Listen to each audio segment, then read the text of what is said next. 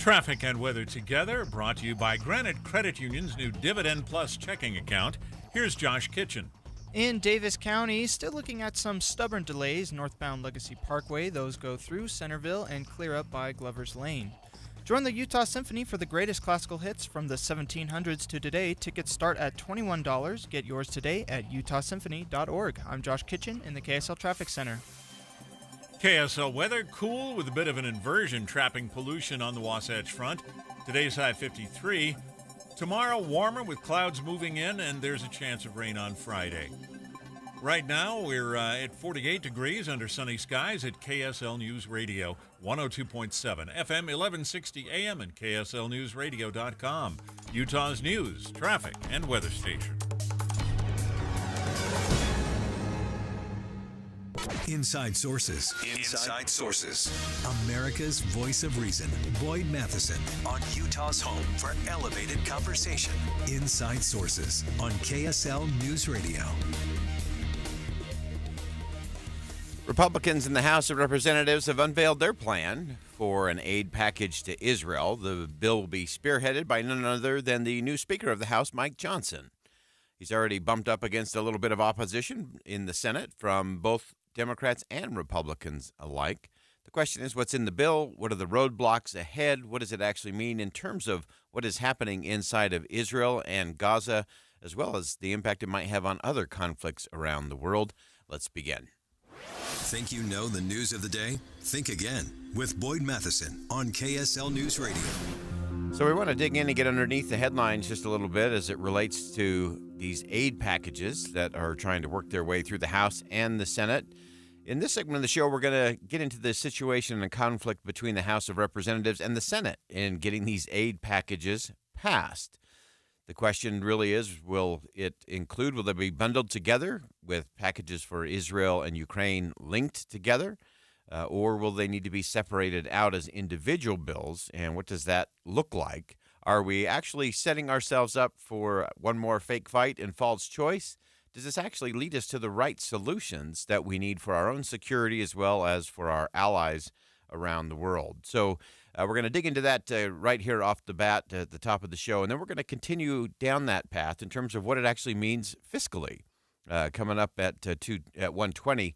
We'll talk about the fiscal situation and how some of these large aid packages actually end up really exacerbating some of the ballooning deficit problems, especially the way we go about them, the way we approve them. And then we'll round out this first hour by talking about how a lot of these kinds of situations where we are in, quote, emergency spending is actually a big part of how you get $33 trillion in debt. So stay with us over the course of the next half hour as we dig into all of those as it relates to these aid packages. So let's start with the current aid packages revealed today by the new Speaker of the House, Mike Johnson.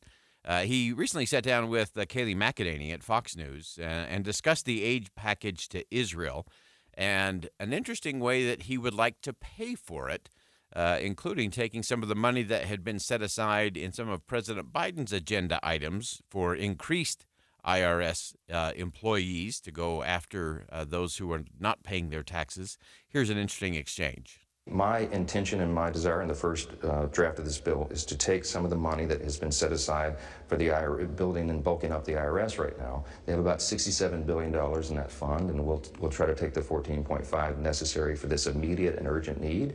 We'll deal with the rest of that issue later. Do you think that will drive away some Democrats in the Senate even, or here in the House? It may, but my intention is to call Leader Schumer over there and have a very direct and thoughtful conversation about this. I understand their priority is to bulk up the IRS, but I think if you put this to the American people and they weigh the two needs, I think they're going to say standing with Israel and protecting the innocent over there is in our national interest and is a more immediate need than IRS agents. Okay, so there's a couple of really interesting things under the surface of those comments from Speaker of the House, Mike Johnson, as it relates to this. Some of this is going to be a messaging challenge for Speaker Johnson as he tries to move this through.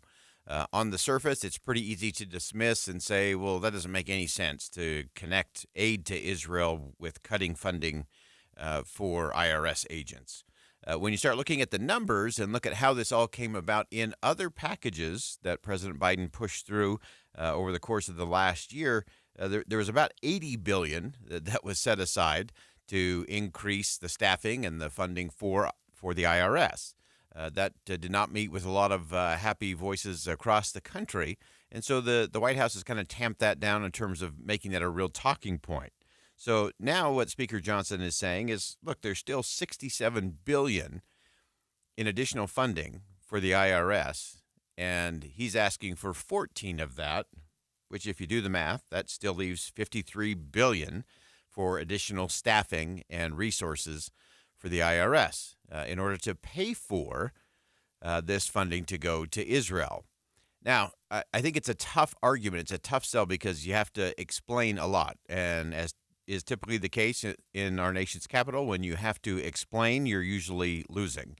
And so I think it's a tough one for the new Speaker of the House to explain to the American people why these things should be done this way.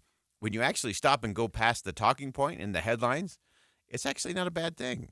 And it may actually make some sense. There's a lot of places where we've got a lot of waste going on, and there are ways to actually make that case. But I think it's a tough sell. I'll just be very honest with the Speaker. I also thought it was very interesting and worth noting that Speaker Johnson said this is his first draft. His first draft. So, in other words, he's already tipping his hand to say, I know this is not going to pass in the Senate. I know President Biden is not going to sign this into law because it would be in direct conflict with some of the president's priorities and objectives and things that he is touting as accomplishments in his first term. But it is an initial salvo. It probably does play to the base that the Speaker Johnson has to deal with in the House of Representatives to say, okay, gang, I gave this a shot. We took a swing at it this way with some very specific pay-fors. And in the end, that's probably not going to be the way it plays out. But it is an opening salvo. It is the first draft. And I think it's important that Speaker Johnson noted that and acknowledged that as part of the reality of what he's dealing with. Now, on the flip side, if you go over to the other side of the building, you go to the Senate side, Senate Majority Leader Chuck Schumer gave his reaction to the aid package plan, calling it insufficient and partisan. Cooperation will be the only way anything gets to the president's desk. And this kind of unnecessarily partisan legislation sends the wrong message to our allies and adversaries around the world. It's almost as if the real goal of this House GOP package is not to help Israel, but to get tax relief for the super wealthy, while leaving out Ukraine aid, leaving out humanitarian aid for Gaza, leaving out funding for the Indo-Pacific. That's a very easy message for Senator Schumer to make from the Democratic side of the aisle in the Senate. And of course, that's where he's going to go with all of this. And that makes sense. And again, that's an easy message to say, look, this is just messaging from the Republicans. This is the wrong way to go about it. This is prioritizing tax relief. Although if you were really looking at it in terms of tax relief, the relief would actually go to most of those who actually pay taxes. This would actually hurt individuals who can't afford an army of lawyers and lobbyists and accountants to do their taxes for them. That's where most of that gets hit. A lot of those hits take place with our small business owners. And so it's an interesting back and forth between those. Senate Minority Leader Mitch McConnell also gave some comments earlier today, and he just focused solely on the threats facing America, looking at both Israel and Ukraine, and saying we need to keep those things connected. Let's pass one bill to move these aid packages forward. The threats facing America and our allies are serious, and they're intertwined. If we ignore that fact, we do so at our own peril. And I would urge our Democratic colleagues to show some common sense by working with Republicans to stop the border crisis, rebuild American military strength, and stand with our friends in Ukraine, Israel, and Asia. So there's Senate Minority Leader Mitch McConnell going one step beyond what Senator Schumer was saying. And he's saying, look, let's keep everything that the president has asked for together. Aid to Israel, aid to Ukraine, aid for the border, and some bulking up of our own military. Let's keep all of that as one package and move it through. Now, if you do all of that, it's a little over $100 billion that the president has asked for. And again, you can say these are all interconnected. You can make that case. You can also say the best way to make sure we have transparency and accountability is to do them one at a time. And the problem is that we let both sides of the aisle turn all of this into politics and talking points rather than saying, what are the issues? And if we did stick with the issues, I actually think it's great to do these things one at a time because it does create more transparency, more predictability in terms of the process, and more accountability in terms of the results. I actually think that's a good thing. And Congress can do that, but it can only do that if it gets out of the politics game of trying to position everything, to explain everything, to accuse every motive and question every motive and point to every potential flaw in what something might be for political gain or political positioning. And that's where we get it all wrong. We're going to stay with this conversation and continue to dig into why we don't do this a little bit better and why this kind of approach that we're seeing play out in Washington, D.C. is part of the reason the country is so deeply mired in debt. We'll be right back.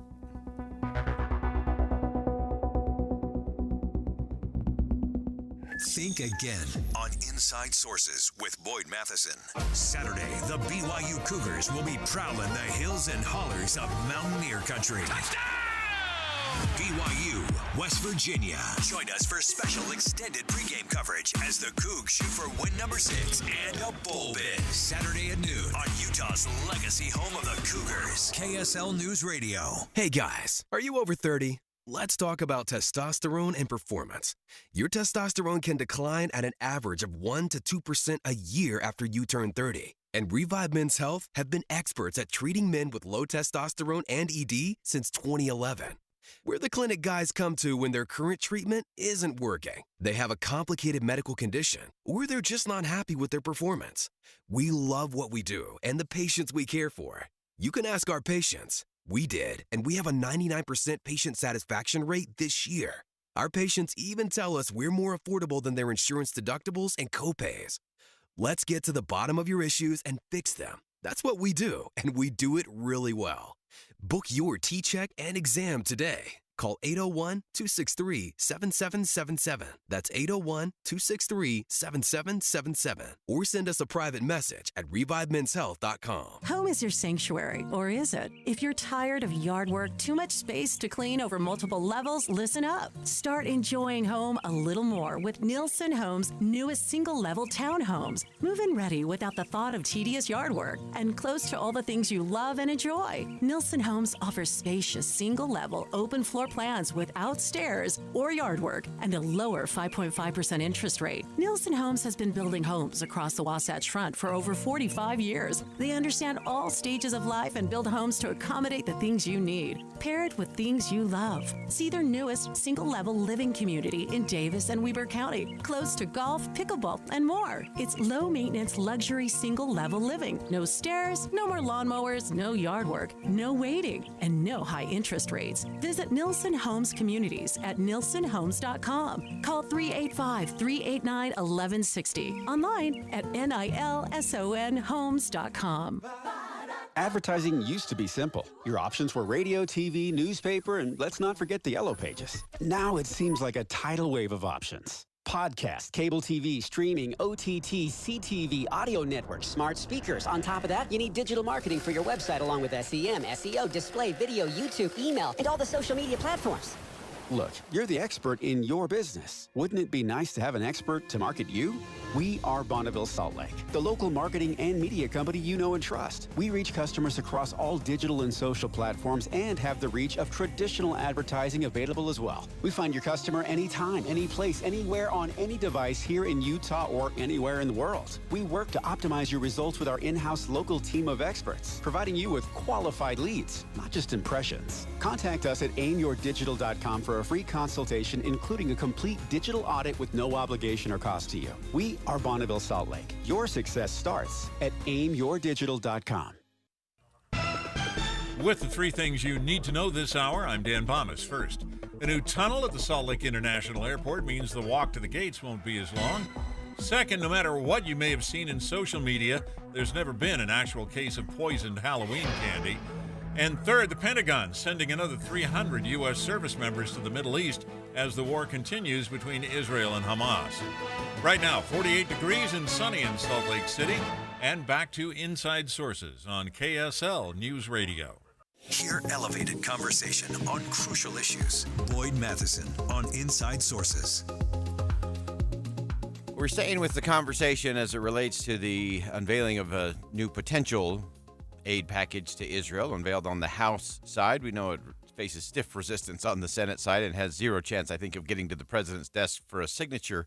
But the interesting thing that we want to break down just a little bit is part of the House's plan in that aid package to Israel includes $14.3 billion in cuts to funding for the IRS. In order to send that aid to Israel, they're saying this will be the pay for. So, of course, the result of that ends up being a little less tax revenue as well. And this is where we want to get into the breakdown, and that is this will simply add more to our deficit spending, which we continue to just blow through all kinds of caps and holes and whatever barriers we artificially put up. And so we're really pleased to have back on the show with us Mark Goldwine, Senior Vice President, Senior Policy Director for the Committee for a Responsible Federal Budget. And Mark, just give us kind of the baseline for our listeners in terms of what is actually proposed in this and what is the likely impact. Yeah, great question. So the House wants to pass about $14 billion of support for Israel. This is about what the president asked for, and they want to pay for it by cutting the same amount from the IRS's budget. Now, good for them for actually talking about pay-fors. We had a $2 trillion deficit last year. Interest rates are spiking. The problem with this pay-for is it will actually cost twice as much as it saves. It will cost about $25 to $30 billion in lost revenue because less IRS agents means less tax collecting. Yeah, and so as you look at that, and I know kind of the justification, I've been trying to go through the mental gymnastics of all of the the paths on this, and I think the one thing Republicans are saying was there's still $67 billion out of the $80 billion that the president got in his agenda for additional IRS resources. There's $67 billion left. If we take 14, that's still $53 billion. But you pointed this out on social media today that every dollar that you cut from that IRS funding actually has an exponential effect in terms of revenue coming in. That's right. Every dollar of IRS funding we cut is going to cost us about $2. And so that means we would be better off not paying for this package at all. This is going to cost twice as much as just borrowing for it. Now, that doesn't mean this is going to be crippling to the IRS. You're right. They still have plenty more money. But it is a cost when what they're looking for is a savings. Yeah, and that's often, I think that's where we often get wrong, and both Republicans and Democrats have done this too many times to count over the years in terms of a nice political message, something to the base, but in the end it really doesn't move the needle in terms of the actual discussion, and that's where I want you to weigh in next, Mark, in terms of this kind of deficit spending. It's so easy for us to roll into this and continue to roll up, as you described it, $2 trillion in the last fiscal year in terms of deficit spending. How do we have a different conversation about that? Yeah, look, and $14 billion by itself is a drop in the bucket, but it's about getting the sort of muscle memory of actually paying for things, of actually reducing deficit. We are not going to solve this overnight, but the first step is stop digging, stop making it worse. The second step is find incremental reforms that everyone can agree to. And then ultimately, we're going to need to do some big stuff. People will have to pay higher taxes. People will have to get less government services or benefits than they are expecting. That's the only way forward. Yeah, and I think as you look at that, I think the first thing we need to send to Congress is some buckets, because so they have something to drop it in. I'm not sure some of them know what the buckets are anymore as they just kind of go through that. We're actually going to talk about this a little more later in the show of just how it's easy to use, whether it's emergency spending or supplemental spending. It's a lot of those little drops in the buckets here and there that ultimately lands you $33 trillion in debt. And so dig us into that just a little bit as we talk about not digging the hole deeper.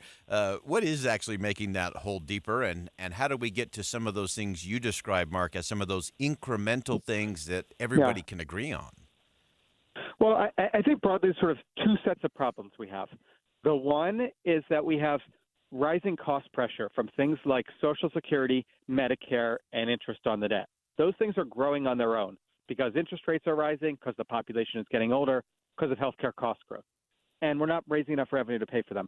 But the second thing is that Congress and the president and the last Congress and the last president and the Congress before that just keep making things worse.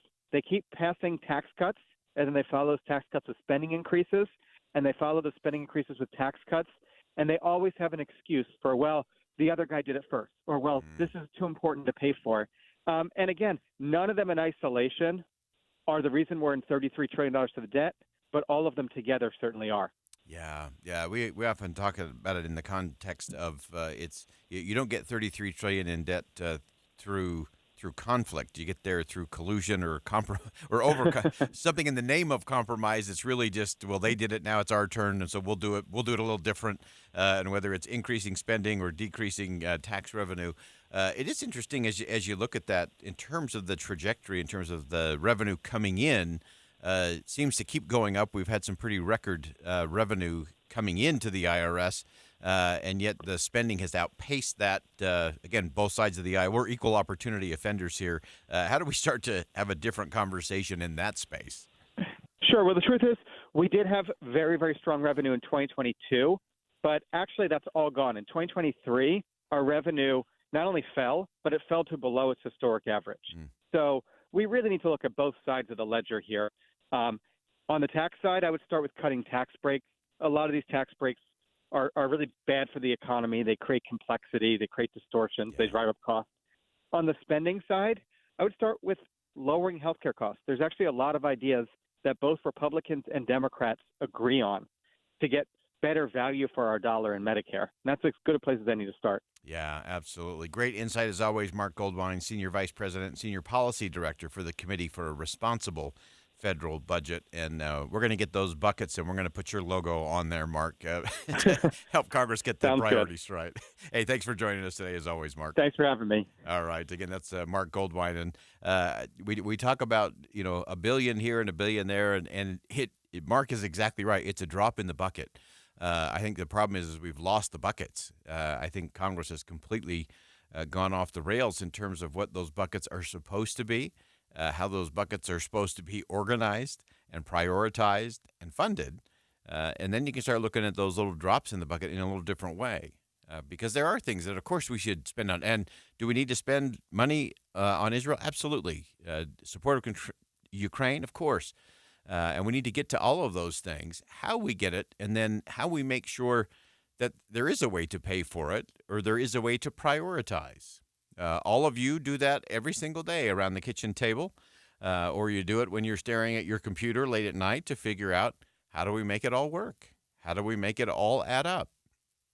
Congress hasn't done that for a really long time. And because they refuse to do that, it's easy for them to say, "Oh, well, we need to do this because it's an emergency," or "We have to do this now, and we don't have time to have a debate over how we should pay for it because it's an emergency." And a lot of times, that's part of the false choices that we get presented by members of Congress that prevent us from having a more serious conversation of, is this a priority? And if it is, fantastic. Let's make sure we get it done, and then let's figure out. Do we have to reprioritize something else? Do we need to change something? Do we need to add revenue? Do we need to decrease spending in other areas? And we can have that serious conversation. The problem is when we procrastinate having the real conversations, then when the emergencies come, and they always come, we just react. And the reaction has become the default to not have the serious question about the finances of the United States of America. And we've got to change that conversation. And we're going to do that coming up next. We're going to stay with this conversation, and we're going to take a deep dive look into federal spending and how President Biden has done this very thing. An emergency request for $56 billion, and how most of it won't actually even go towards an emergency. We'll talk about that coming up next. Stick around.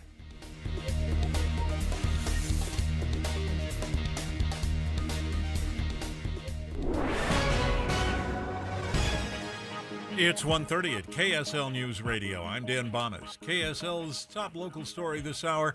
Every year you hear rumors about trick-or-treating making the rounds on social media. This year it seems to be stuck on the idea that people are putting fentanyl in kids' candy. Sergeant Greg Moffett with Sandy Police says this is not something to be concerned about. These myths have always been around, but in over 20 years, I've yet to actually see something like that happen in any of the departments that I've worked for. Moffett encourages parents to have extra eyes on their kids while they're out trick-or-treating to avoid being hit by cars or eating something that they're allergic to, but any fears of drug-infused candy, he says, can probably not be an issue. The Utah Jazz lost their third game of the season last night, facing the Denver Nuggets. The radio broadcast also got knocked off the air early in the game thanks to a fan. Beer was spilled on our engineer system here in the crowd in Denver, and so we got knocked off the air. That's play-by-play announcer David Locke. He was able to get back on the air over a Zoom connection, and you heard that game here on KSL News Radio. Our top national story this hour from ABC News. The IDF has taken responsibility for an attack on a refugee camp in Gaza, saying it killed a Hamas official who was responsible for the attacks in Israel earlier this month. Sean Carroll is president and CEO of ANERA. That's an NGO that's been helping Gazans for years. He tells ABC that his organization doesn't have any contact directly with Hamas, and all their help goes straight to the people who need it the most. We have a no-contact policy with Hamas. We follow U.S. and international law on ensuring that aid and our work doesn't go to armed terrorist group that are prohibited. We have a no-contact policy. They don't ask us for anything, and we don't ask them for anything. We work with local communities and make sure the humanitarian aid goes to humanitarian response and need. Carroll says they buy their supplies locally, and that hasn't been possible since the fighting began. Your money at this moment, the Dow Jones average up on the day, 104 points right now, while the NASDAQ is up 53 points. And our KSL weather, it's going to warm up over the next couple of days. That's next. KSL News Time 1:32. We have enough people running around Broadcast House at 4 in the morning to field a football team. Producers, reporters, the traffic team, and us. This is Tim and Amanda. Join us each morning from 5 to 9 on KSL News Radio. Did you know that 1 in 10 Utah children struggle with hunger? Well, you can help. You can make a difference today by participating in Macy's annual Harvest of Hope drive to benefit the Utah Food Bank. And it's so easy. Anybody can do it. Simply make a donation at the register or purchase a prepackaged bag of food that includes items that the food bank needs most, things like peanut butter, or mac and cheese, canned meat. You can also make a donation online anytime at Macy's.com/online. All the donations from Macy's Harvest of Hope will be donated directly to the Utah Food Bank to serve children in our Utah communities. Donate today online, Macy's.com, or at any Macy's store. Again, there are so many in our state that suffer with food insecurities, especially our young ones. And as we always say on the show, do something today that makes a difference. Go to Macy's, do it there at the register, or do it online at Macy's.com. Here's something you've never heard before. Stop. This is SimpliSafe.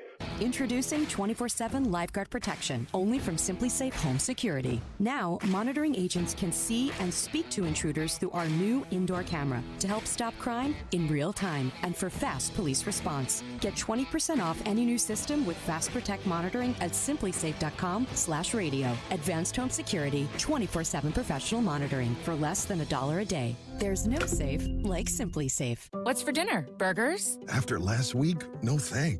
Avoiding foods due to fear of diarrhea, gas, bloating, stomach pain, or loose, oily stools? It may not be just stomach issues. It could be EPI, or exocrine pancreatic insufficiency. EPI can cause uncomfortable symptoms because it's a condition where the pancreas doesn't release enough digestive enzymes to break down food. But EPI can be managed. Use the symptom checker on identifyepi.com and talk to your doctor about your symptoms. That's identifyepi.com. Sponsored by AbbVie.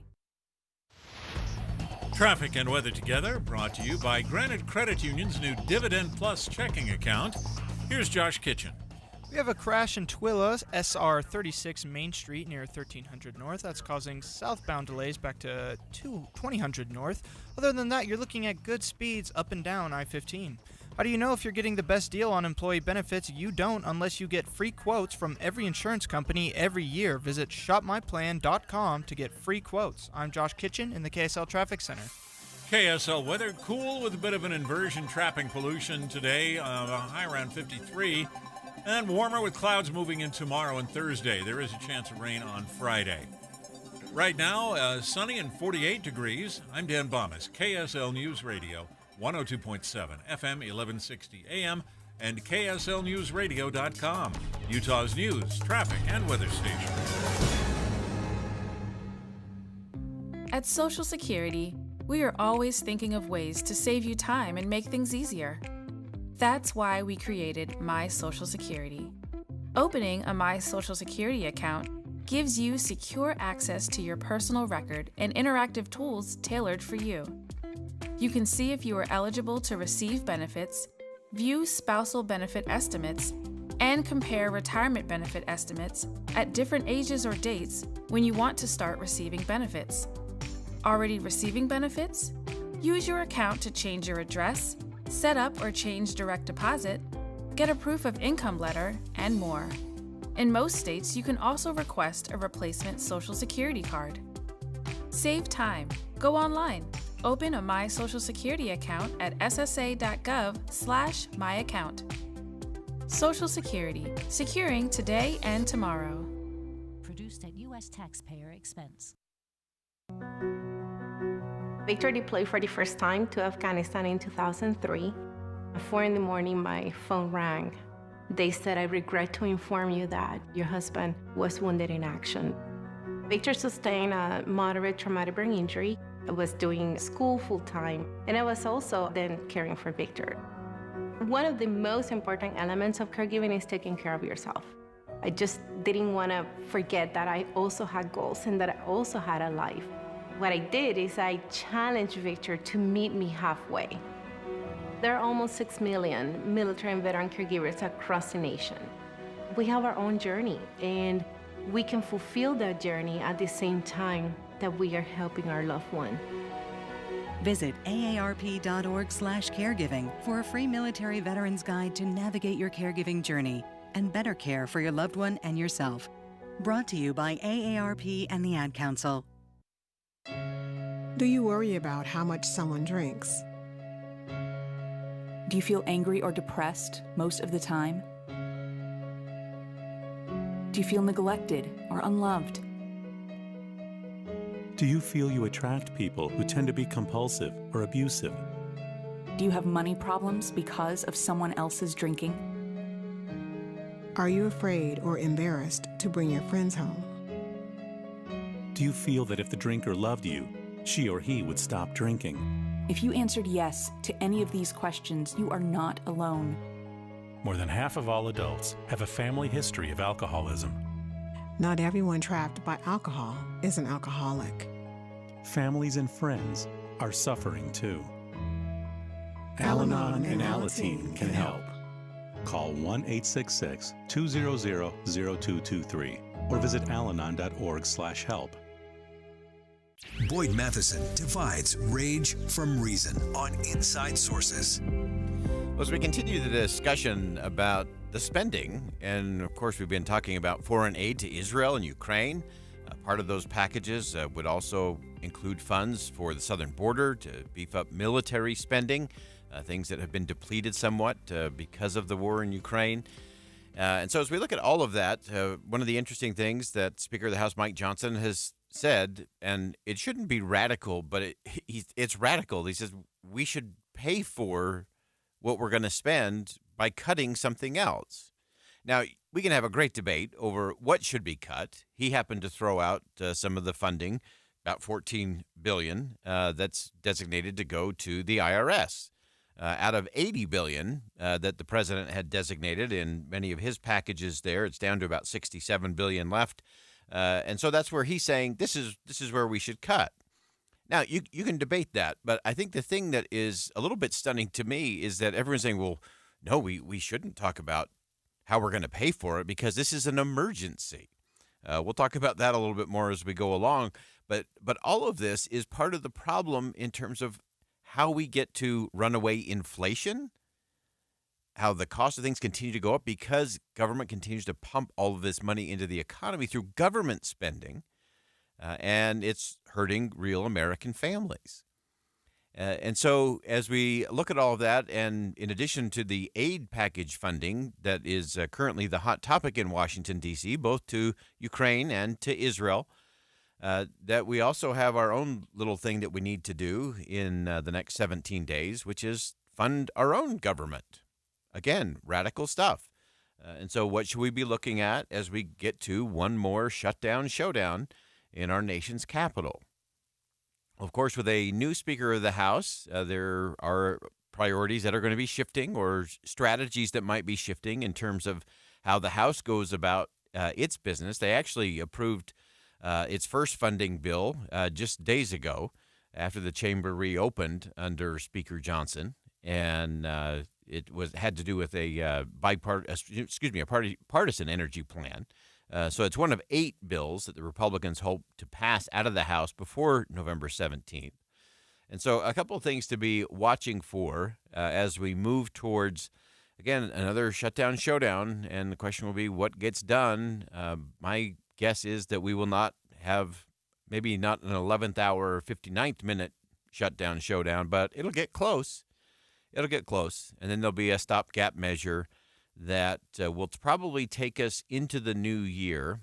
I've even heard some chatter inside of Washington, D.C., that they may even try to go a little bit further.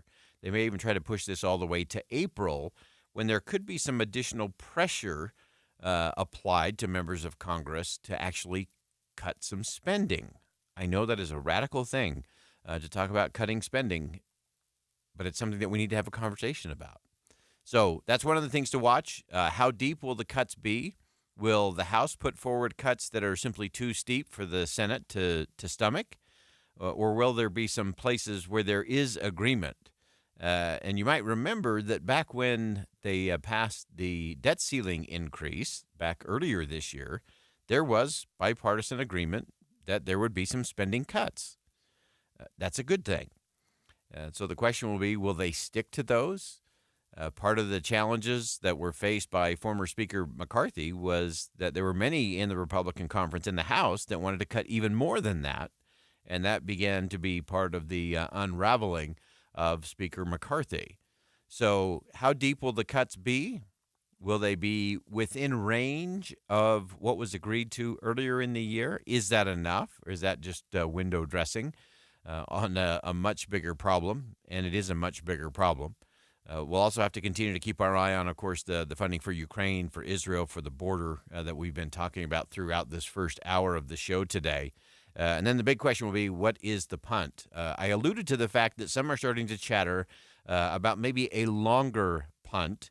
Again, normally we would just punt this to just before Christmas so we can have this joy once more before the end of the year. Some are saying into January. Let me tell you why some are saying maybe April is correct. And the reason is, going back to this debt ceiling agreement earlier in the year, there was an agreement that if Congress did not pass the 12 funding bills for the fiscal year 2024, that there would be an across-the-board 1% cut on defense and non-defense programs. Now, when they did that, of course, they gave themselves a lot of running room. And the running room was that if they failed to do their job, pass the 12 funding bills, that the cuts wouldn't take effect until April. Aha. Now we see the logic.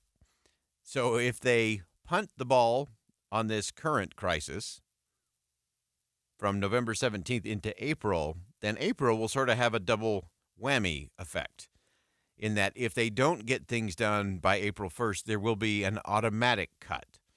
A 1% cut doesn't sound like a whole heck of a lot.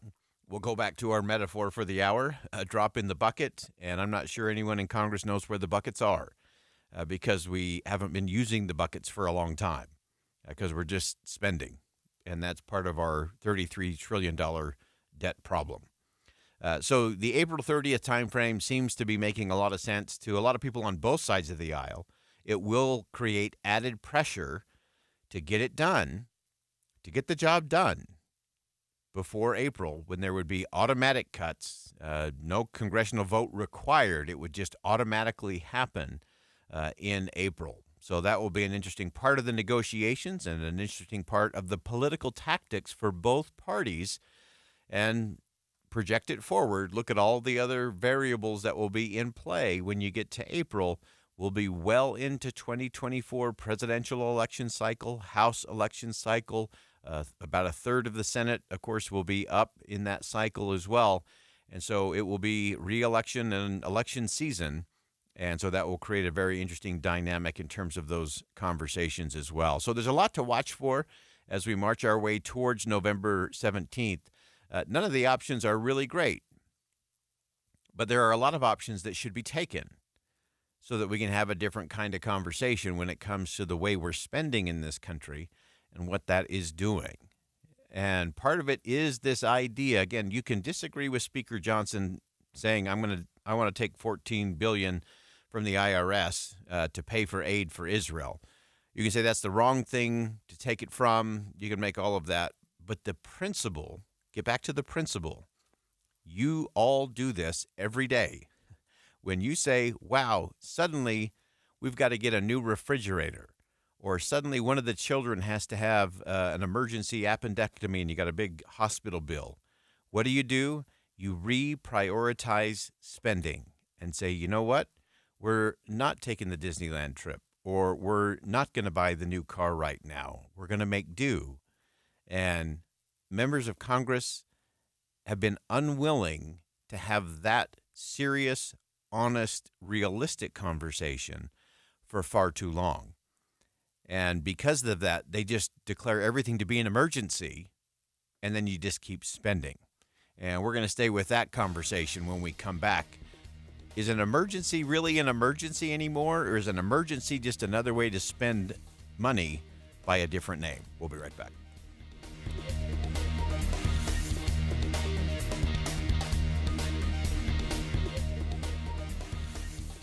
KSL is more than a news station. It's a meeting place. What an extraordinary and forgiving nature. I love stories like that. It's where neighbors and coworkers engage with the community. Where anyone can get the very latest news from Midvale to the Middle East. Police have located the vehicle. Israel is expected to ramp up its strikes. The good news is they've opened up that right lane of travel. This week, join the anchors and hosts Utah has relied on for generations. We have you covered at KSL News Radio. If you really think about it, the scariest thing you'll see this week is already in the house. Your carpets collect dirt, dust, dander, and allergens, and that's truly frightful. But don't be scared. Zerorez Carpet and Air Duct Cleaning has a scary special for your scary carpets. Schedule your carpet cleaning today, and Zerorez will clean your carpets for just $25 per room. Zerorez is the right way to clean. There's nothing scarier than the residue left behind in the carpets. And Zerorez is the original no-residue cleaner. No soap, no shampoos, no residues left behind. With Zerorez, your carpets stay cleaner longer. Schedule today, just $25 per room with code SCARY. Minimums and area restrictions may apply. The scary savings ends tonight. You don't have to clean today, but you do have to get on the schedule. Carpet cleaning for just $25 per room. Only with Zerorez Carpet and Air Duct Cleaning. Offer ends tonight. Schedule online at Zerorez.com. And don't forget to enter code SCARY. Zerorez. It's the right way to clean. I'm Erin Mendenhall. No amount of crime is okay, but crime in Salt Lake City is at its lowest in years. We're putting more officers on the street, reducing response times, improving training, and we've partnered with the feds to take violent repeat offenders off our streets. I've worked hard to make our city safer. That's why our police and firefighters have endorsed me for a second term. I'm determined to keep our city moving forward, and I won't let anyone take us back. Paid for by Erin Mendenhall for Salt Lake City. Do you find yourself stuck in a timeshare? Get the real facts about the timeshare industry and your options for cancellation. Chuck McDowell, founder of Wesley Financial Group, has put together a free information guide that reveals the secrets the timeshare industry doesn't want you to know, including the 5 ways to get rid of your timeshare. Call now and get this timeshare cancellation guide absolutely free. Call 800-330-2929. That's 800-330-2929. 800-330-2929. Beethoven's Ninth just might be one of the greatest classical hits of all time. With its famous Ode to Joy, this iconic work is a favorite symphony for aficionados and a perfect first concert if you're symphonically curious. You don't want to miss your chance to see it at Maurice Abravanel Hall, live with the Utah Symphony November 3rd and 4th. Then, on November 17th and 18th, before the bustle of the holidays sets in, take a night for yourself. Picture a brisk fall evening with a delightful dinner downtown, followed by a concert with the Utah Symphony in the sparkling glow of Maurice Abravanel Hall. Be embraced by the warmth of Brahms' Second Symphony. This cheery and vivacious piece will brighten your autumn night. Tickets start at $21. Get yours at utahsymphony.org. Save $2,500 on a new furnace and air conditioner from Any Hour Services. For more information, call Any Hour Services or schedule a free estimate online at anyhourservices.com. You trust us for news and information in your car. Now trust us at home. KSL News Radio is your window to the outside world, keeping you informed on the latest breaking news, weather, traffic, sports, and more. Listen on your Amazon Echo or Google Home device. Just say, Alexa, open KSL News Radio, or listen on the KSL News Radio app. Text the word app to 57500. KSL News Radio, Utah's all-day companion for news. 2 years ago, Americans watched in horror as a crisis unfolded at the Kabul airport. She was tear-gassed and beaten. Images of thousands desperate to escape Taliban oppression filled our news feeds. More than 80,000 Afghans made it to America. But the story didn't end there. It was very cold. There was no power, no heat. Who would help our newest neighbors? I'm Andrea Smartin. In Stranger Becomes Neighbor, you'll hear the stories of some remarkable refugees who left their homes and their dreams behind, only to start over from zero. Their only possession was 3 blankets. And you'll meet Americans who stepped up to help them. You want me to come when you deliver your baby. What can one person do in the face of an international disaster decades in the making? That's Stranger Becomes Neighbor. Find us at kslpodcast.com, follow us on Apple Podcasts, or anywhere else you listen. With the 3 things you need to know this hour, I'm Dan Bomas. First, poisoned Halloween candy turns out to be a myth. Police say they don't know of a single confirmed case. Second, somebody spilled beer on the Utah Jazz audio equipment in Denver last night, knocked the play-by-play off the air, at least temporarily. And third, an NGO that's been helping people in Gaza says it hasn't been able to do that since the war with Israel began. Right now, 48 degrees and sunny in Salt Lake City. And back to Inside Sources on KSL News Radio. Boyd Matheson divides rage from reason on Inside Sources. If you're just joining us, we've been talking throughout this hour about some of the funding debates that are going on in our nation's capital. Of course, there is aid to Israel. There's aid to Ukraine. There is spending for the southern border and also spending for some military. And the question is, how do we do that? And how do we fund that? And the new Speaker of the House, Mike Johnson, has said, well, we shouldn't just spend more money. We should pay for it. We should cut other things. He threw out the idea in his first draft of what an aid to Israel package would look like, including $14 billion coming out of the IRS. Now, it's coming out of a pretty big pot of money of about $80 billion that the president passed as part of his package last year. And now, of course, there is some squawking in Washington, D.C. About the absurdity of the idea of actually paying for something by cutting something else. It's a radical concept, so we'll stay with that part of the conversation. And it's part of an overall problem and challenge in Washington, and that is this idea of the emergency. Currently, the Biden administration is asking Congress for emergency funding to the tune of $56 billion.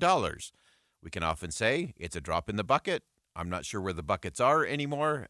So this particular $56 billion drop in the bucket is centered around recent natural disaster recovery. However, as is often the case, it's not quite what the headline suggests in terms of where the money actually goes. So to help us break all of that down, as always, we turn to Eric Boehm, a reporter at Reason, covers economic policy, trade policy, and elections. And Eric, welcome back to the show. Glad to be here, Boyd. Thanks for having me. All right. So President Biden wants another $56 billion in emergency spending. This is around natural disaster recovery efforts. Beyond the headline, what is this $56 billion actually about, and where's it actually headed? Yeah, that's right. This is what's called in Washingtonese a supplemental appropriation. So it's, we're not going to do a whole new budget again this year. We're just going to do a continuing resolution. But, we'll sprinkle a little bit extra in some areas where we think it's needed. And that's what the White House is asking for here is a supplemental appropriation, one of actually a couple of different ones. The one that we're talking about here is the domestic funding part of this. And, of course, they talk about this as being a disaster relief bill, an emergency bill. When you dig into the specifics, though, of what the White House is asking for here, of that $56 billion, only $9 billion of that actually goes to, quote, addressing ongoing disaster response and recovery efforts. There's some other stuff in there that maybe you could consider disaster recovery, depending on, how hard you're willing to squint. But most of this money is going to other things. It's just going to various domestic priorities that the Biden administration has. I shouldn't say going. It hasn't been approved yet. But the White House would like to see this money go to various other domestic priorities, things like, building more broadband internet, publicly funded broadband internet. I'm all for building more internet. I just don't think the government should be paying for it. Stuff like that, expansions to various welfare programs. It's just, sprinkling a few extra $1 billion here, a few extra $1 billion there, because, hey, we're already spending $6 trillion a year. What's a few extra billion among friends? That's right. That's right. That additional drop in the bucket of $56 billion here and there. And so I want our listeners to really let that sink in just a little bit. So a $56 billion ask. And again, some of that is for very legitimate disaster relief kinds of things. But then walk us through it. If only about $9 billion of that is really headed towards things that would fall under that category of ongoing disaster relief kinds of things. So give us the real breakdown in terms of where's the rest of it going, and why in the world is it being included in a disaster relief package? Yeah, they're going to refer to this shorthand-wise as a disaster relief package, but again, it's really a just sort of all-encompassing domestic discretionary spending package. As far as where the specific, dollar amounts are here, it's $6 billion for the broadband program, which I mentioned earlier. Now, of course, that's on top of, I think it was $42 billion that was already spent in this program as part of the infrastructure law a few years ago, and much of that has been really poorly allocated and wasted. Washington, D.C., which is like one of the wealthiest and most online places in the country, got a larger share per capita of that money, the original pot of money, than any other part of the country did, so it just doesn't make any sense to me why we would need to spend more on that program, more that will likely be wasted. There's a $16 billion in there for a variety of child care programs through Health and Human Services, $2.2 billion for the Department of Energy's uranium enrichment program, $1.6 billion for a welfare program that helps low-income Americans pay their heating bills. You've got another $1 billion for foreign food aid, another $1.5 billion for a grant program to go to local law enforcement. And look, some of your listeners probably say, hey, some of those things sound like that's good stuff. We should be spending that money on. We could debate all day, whether we should be spending any of this money or not. But that's what the budget process is for, right? Is to decide how to spend this money and how not to spend this money. So I think this is just another aspect of something we've talked about on this program a lot, Boyd, which is the failure of Congress to do a budget and to rely on these continuing resolutions means that you just get this sprinkling of, an extra billion there, instead of actually a comprehensive look at what do these programs actually need to function effectively. Yeah. And so that's the problem here, really. I think it's more of a process-related problem than it is anything else. Yeah, and I think that's important for our listeners to understand. How you spend the money matters, and how you decide both how to spend the money and how to pay for the money or prioritize the money. Really matters, because if we don't do that, and it is, as you've described it, just sprinkling the money here and there, there's never any accountability for either results or effectiveness, in terms of what does it actually produce and does it actually solve the bigger problems. And anyway, we'll continue this conversation to be sure. Eric Boehm, as always, thanks for joining us, reporter at Reason and Reason.com. Eric, thanks for jumping on with us today. Thanks a lot, Boyd. Take care. All right. So many things to think about as it comes to that spending component and how it gets done, and the radical idea of paying for what you spend and prioritizing what you spend. It actually does matter. We'll step aside for some top-of-the-hour news, but don't go anywhere. We've got a fascinating conversation coming up at the top of the hour from inside of Gaza and the voices that need to be heard there and who's helping to amplify those voices. We'll be right back. KSL FM Midvale. KSL Salt Lake City. Listen at home on any smart speaker. And in your car at 102.7 FM. This is KSL News Radio. Utah's news, traffic, and weather station. It's 2 o'clock at KSL News Radio. I'm Dan Bomas. KSL's top story this hour. Police are asking parents and drivers to be extra careful tonight with kids out on the streets trick-or-treating. Lieutenant Mike Elkins with Draper City Police tells KSL TV there's one big thing that can keep your kids safe. Please stay out of the roads. I know that there's crosswalks and stuff, and they're going to be difficult, but generally we ask them to stay on the sidewalk. They're also encouraging kids to wear reflective clothing and carry glow sticks. And drivers need to take things slow and not to drive distracted or under the influence. If you're hoping for a ghost sighting this Halloween, you may want to make a stop at Ogden's Union Station, known to be one of the most haunted places in Utah. But museum curator Hope Eggett says you shouldn't be too scared. Oh, I think all of our ghosts here are very friendly. Eggett says almost all employees have had a supernatural experience at the station. Their resident ghost, named Frank, pops in occasionally. You might see the lady in white up on the second floor gallery or the lady in blue in the theater. Our top national story this hour from ABC News. Israeli Defense Forces have taken responsibility for a strike on the Jabalia refugee camp in northern Gaza. They say the strike killed a Hamas official who the IDF claimed was one of the leaders of the October 7th Hamas attack on Israel. An IDF statement also says a large number of terrorists were killed there, does not acknowledge any civilian casualties. ABC's Ines de la Cotara is in Jerusalem. This is the biggest refugee camp in Gaza, one of the most densely populated areas in Gaza. They say they were targeting terrorists, including one of the masterminds behind the October 7th attacks. But images we're seeing seem to show that civilians here are likely the most affected. At the same time, Houthi rebels in Yemen claimed responsibility for firing missiles at Israel. So far, the U.S. Navy in the Red Sea has been able to shoot them down. Your money at this moment, the Dow Jones average up on the day 123 points. The NASDAQ is up 61. And our KSL weather is going to warm up just a bit. Clouds will move in. That's next.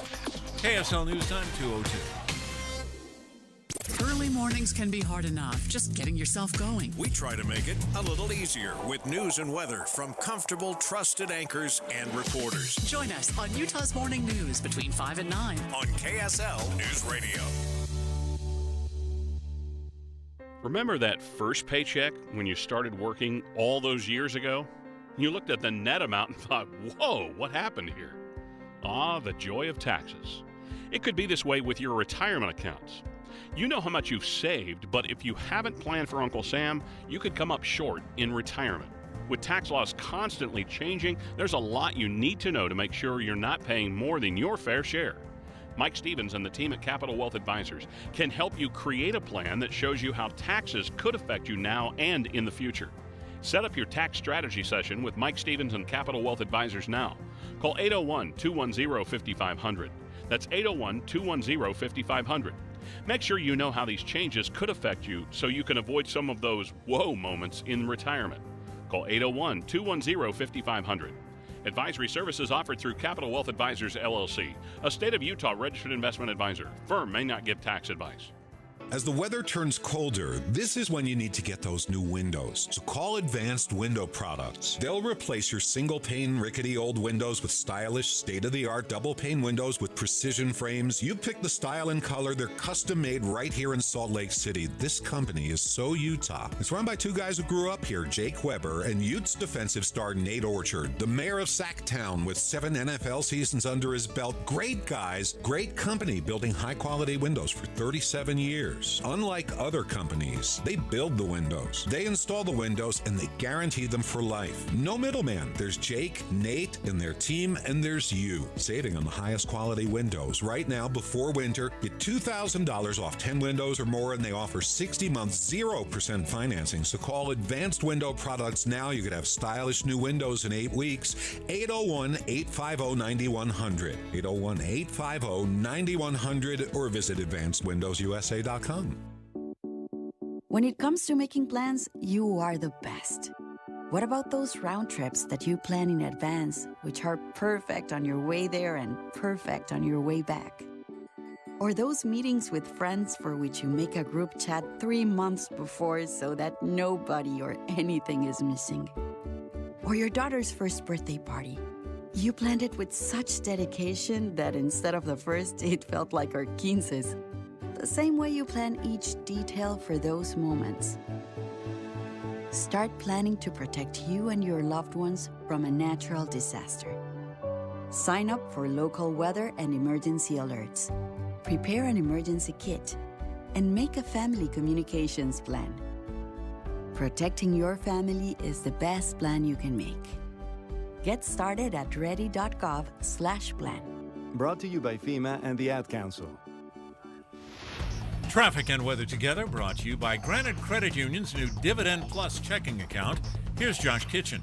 If you are or plan on heading north on the West Belt, be aware the ramp to I-80 and Redwood Road is closed and will be till tomorrow evening. Visit the new R5 Homes Affordable Flex ADU single-family house, which helps offset your mortgage with an independent but connectable rentable basement. Contact R5 Homes for your $1,000 gift towards purchase or referral. I'm Josh Kitchen in the KSL Traffic Center. KSL weather, cool with a bit of an inversion, trapping pollution on the Wasatch Front. Today's high just 53, then warmer with clouds moving in tomorrow and Thursday, and a chance of rain on Friday. 48 degrees and sunny right now. I'm Dan Bomas, KSL News Radio, 102.7 FM, 1160 AM at KSLNewsRadio.com. Utah's news, traffic, and weather station.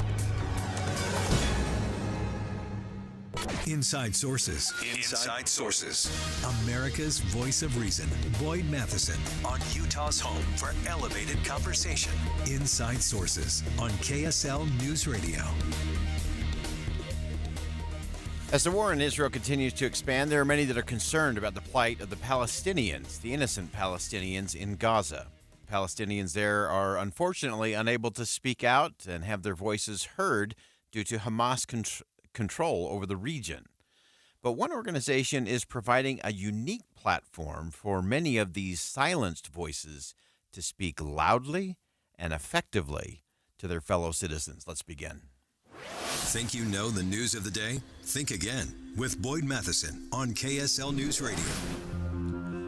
When we think about the Palestinians inside of Gaza, those not associated with Hamas, we often ask the question, how do those voices get raised? How do things begin to change? And we're really thrilled to have joining us on the program today Joseph Braude. He's the founder and president of the Center for Peace Communications, an amazing organization.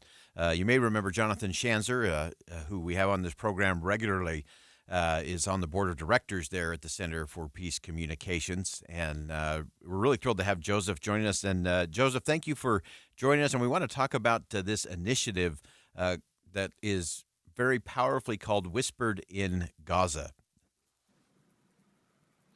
Absolutely. You have to whisper in Gaza if what you want to say is not consistent with what Hamas wants the world to hear.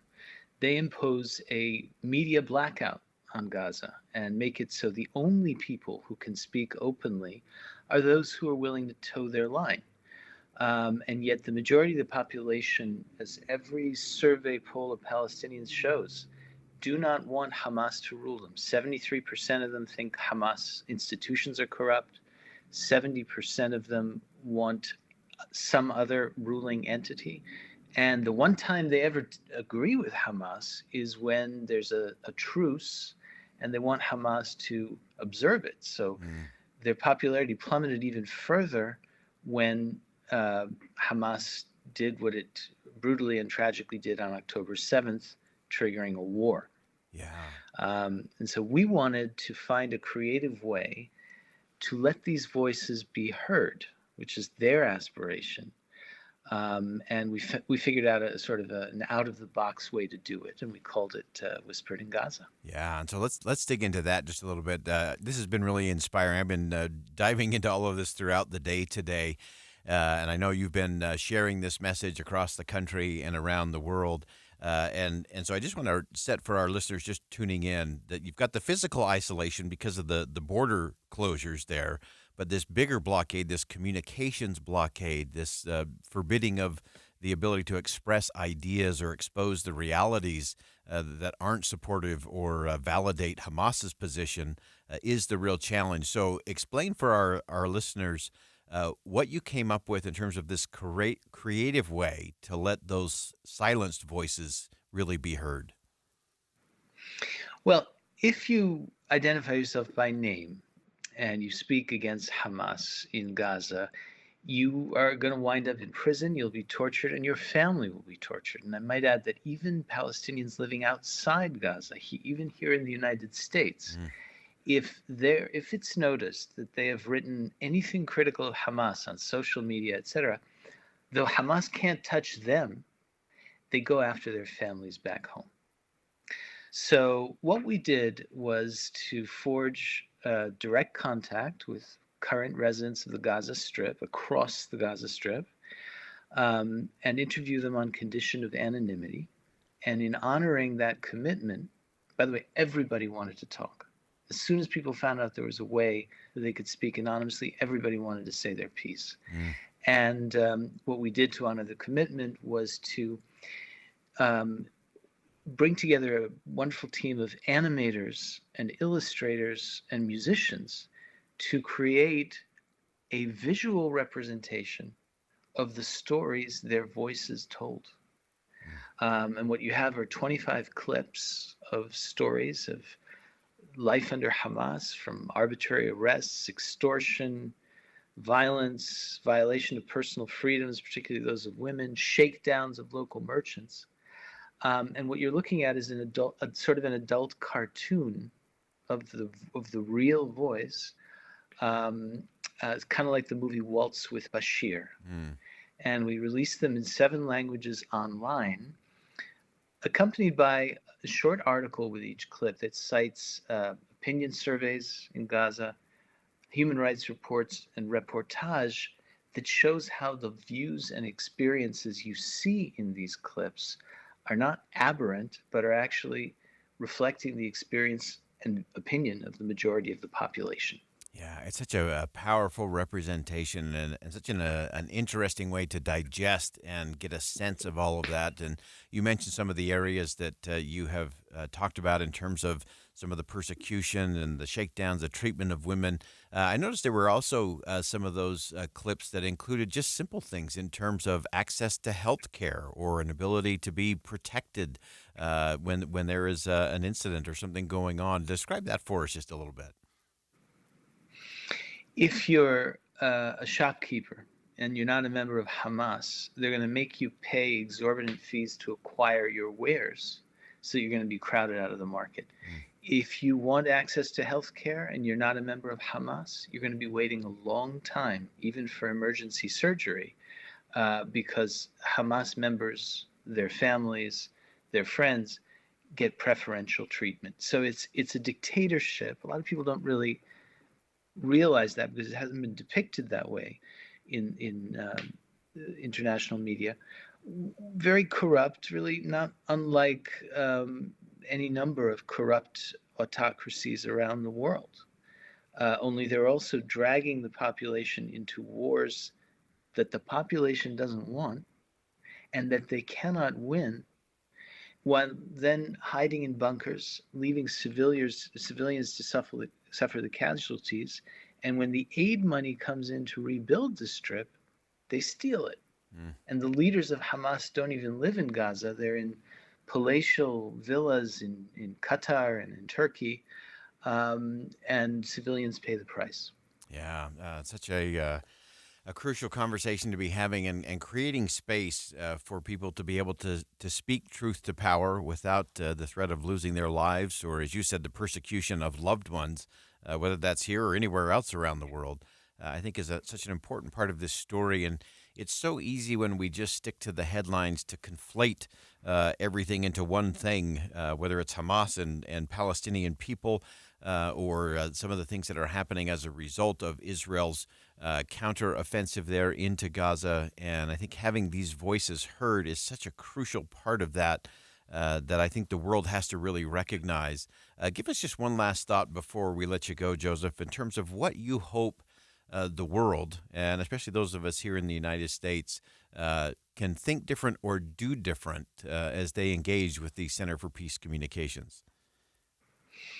Well, we are a platform, and in having built a network in Gaza, as we do all over the war-torn portions of the Middle East, we make the people available when there's an opportunity for them to participate in change. So, for example, the hope is that if they can survive this war, the wonderful young people who had the courage to demonstrate against Hamas in 2019, braving gunfire in prison, could one day play an important role in the future administration of that territory and make it a government of reconstruction and not destruction. Such a powerful thing. Joseph Braude is the founder and president of the Center for Peace Communications. Again, the words have meaning, the meaning matters, and when you give voice to the voiceless, everything can begin to change. Joseph, we applaud this effort. This is heroic work. This is an important endeavor, and we appreciate you sharing that with us today. My pleasure, Boyd. Thank you. Again, that's Joseph Braude, founder and president of the Center for Peace Communications, and this project is so powerful. It's called Whispered in Gaza, and it gives those Palestinians inside of Gaza an opportunity with anonymity to be able to share what it's really like to be under Hamas rule, the atrocities that are taking place amongst the Palestinians in a very different way. It's an important voice. It's an important project. Center for Peace Communications, Whispered in Gaza. We hope those whispers get amplified and it changes the course for the Palestinians in Gaza. We'll be right back.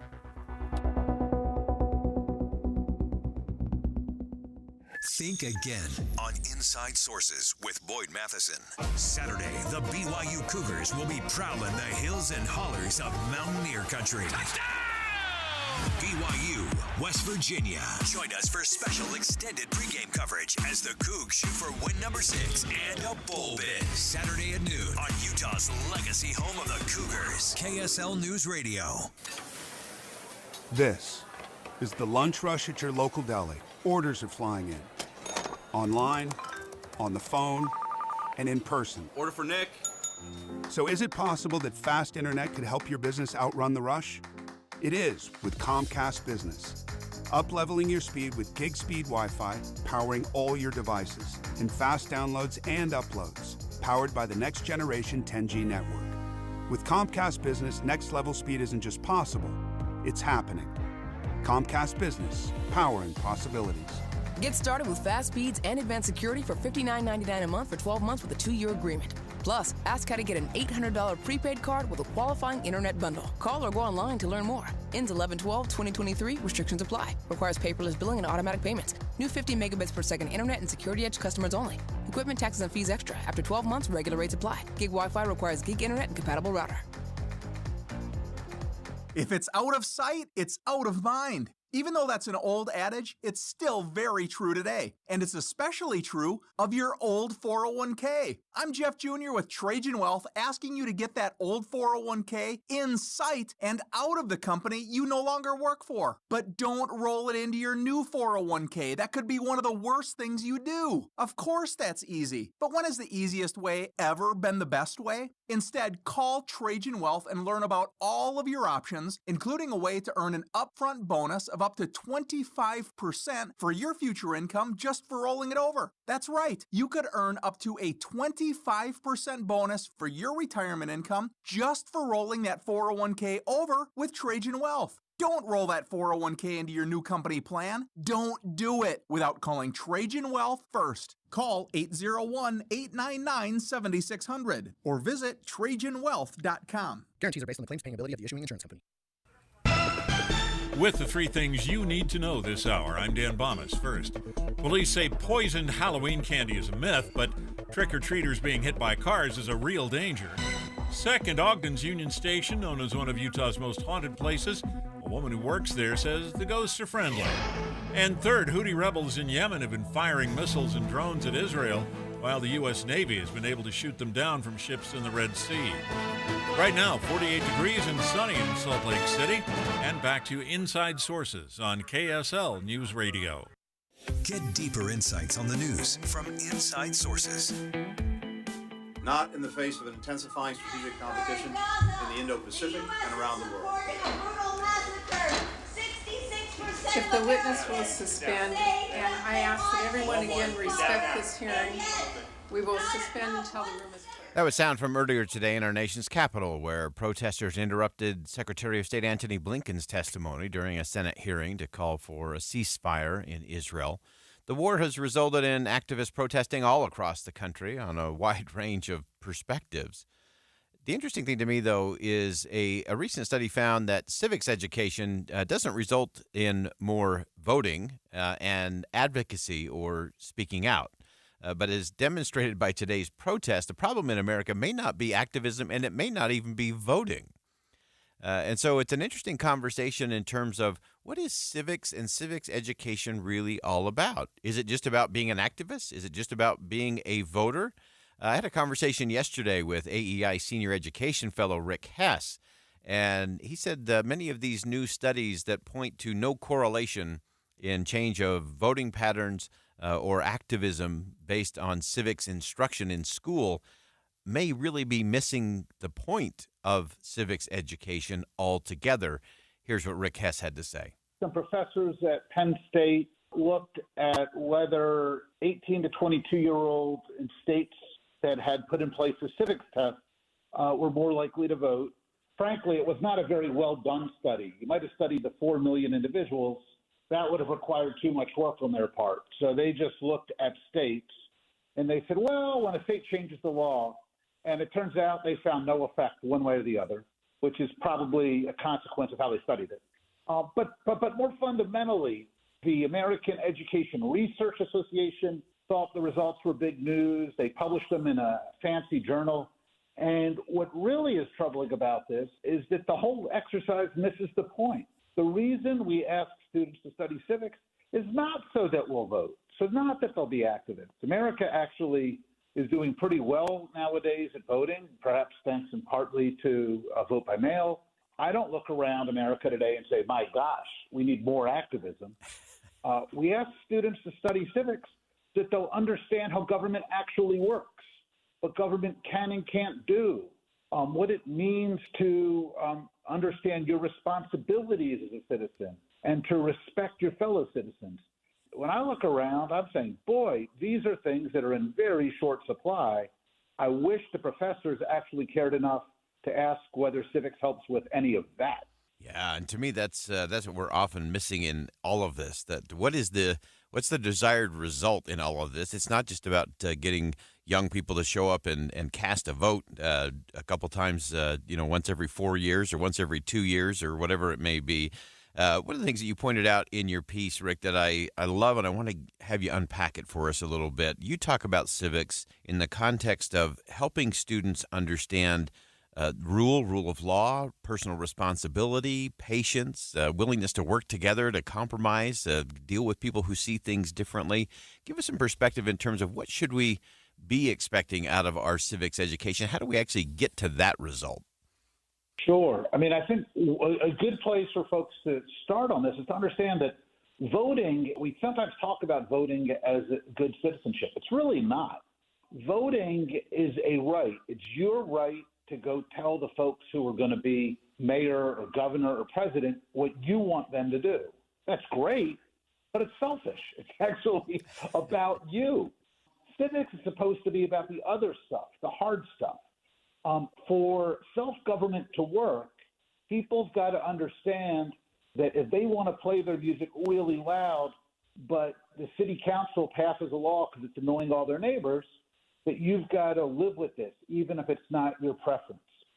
Self-government is about understanding that you might think it's really important that we adopt this new tax or this approach to fighting climate change, but understanding that government's not supposed to lurch from this to that just because you happen to think so, that it's supposed to be about persuasion, convincing your fellow citizens, sticking at it long enough to figure out what the problems are, what you want to do.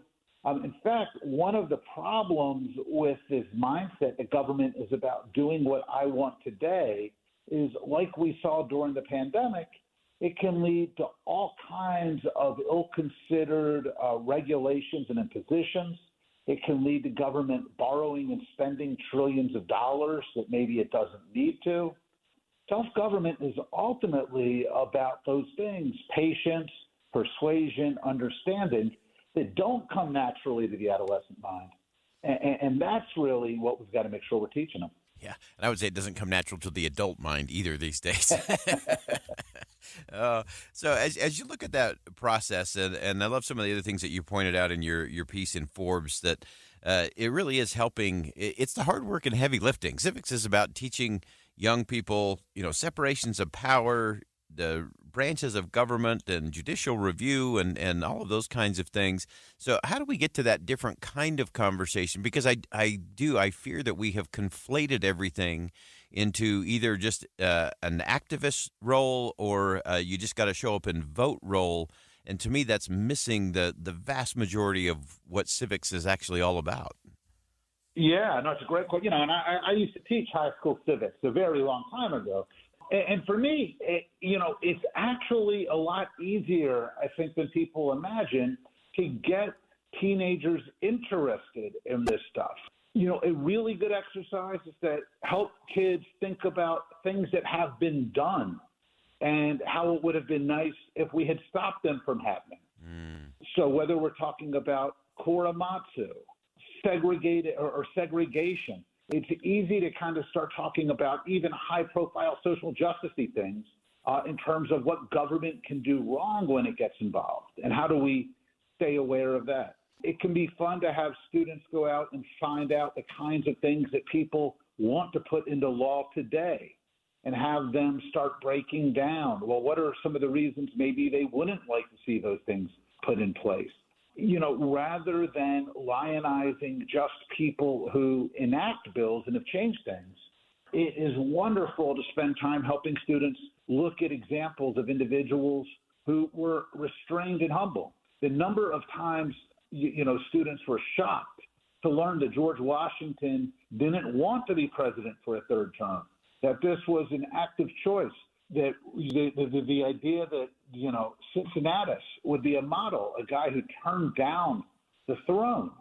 These are the kinds of things that are engaging and interesting and practical, but they're just not the angle of entry that schools tend to start with today. Yeah, it does seem that we have followed kind of the siren song of the populist arguments, the grievance mentality, regardless of where it falls on the spectrum, left, right, or wherever.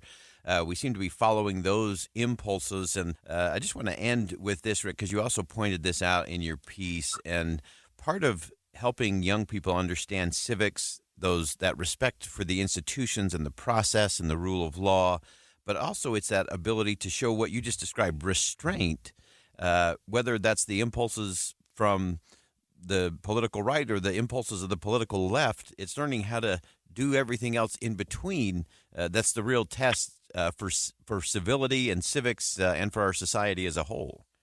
Yeah, no, I think that's right. And I have a lot of sympathy for teachers who, when they complain to me, they say, Rick, I hear you, but it's really hard to teach kids about the importance of restraint and respect when the people who show up on cable TV or get, millions of followers are anything but.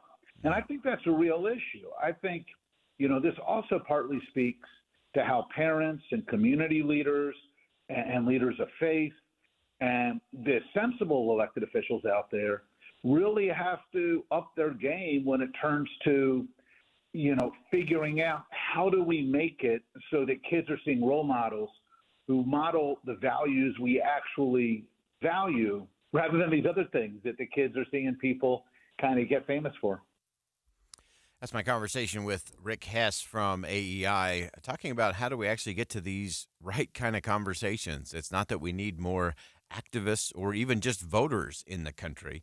As Rick pointed out, civics is about the hard stuff.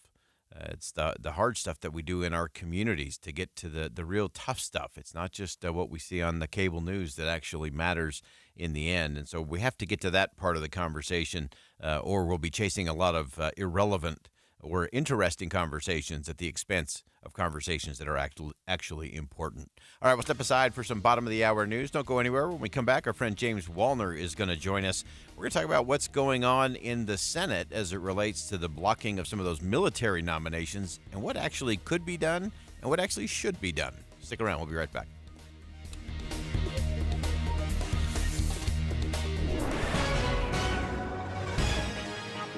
It's 2:30 at KSL News Radio. I'm Dan Bomas. KSL's top local story this hour. The expansion of the Salt Lake City Airport continues. The next round of upgrades could make things a lot more convenient. KSL News Radio's Adam Small reports. By October of next year, the airport is going to have a new central tunnel, allowing people to move from Concourse A to Concourse B without having to walk almost a half mile in the other direction. Salt Lake City Executive Director of Airports Bill Wyatt says along with that new central tunnel, a few new gates will open on Concourse B with more to follow through late 2026. We expect to see ourselves climb. Salt Lake is a growing market.